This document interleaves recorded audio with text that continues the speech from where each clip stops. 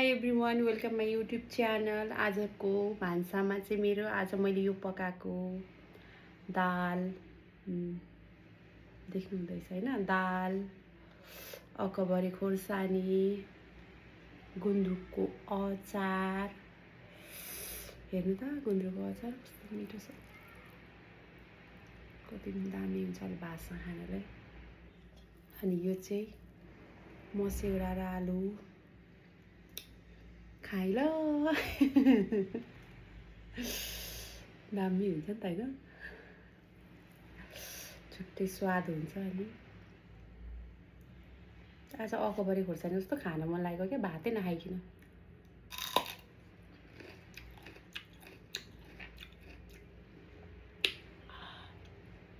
अकबरे मेरो फेभरेट हो। गुन्द्रुकको अचार पनि खाऊँ न होइन।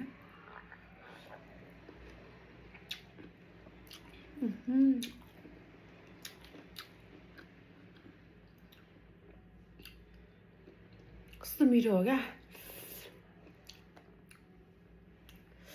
खाइ ल, म चाहिँ अब खाना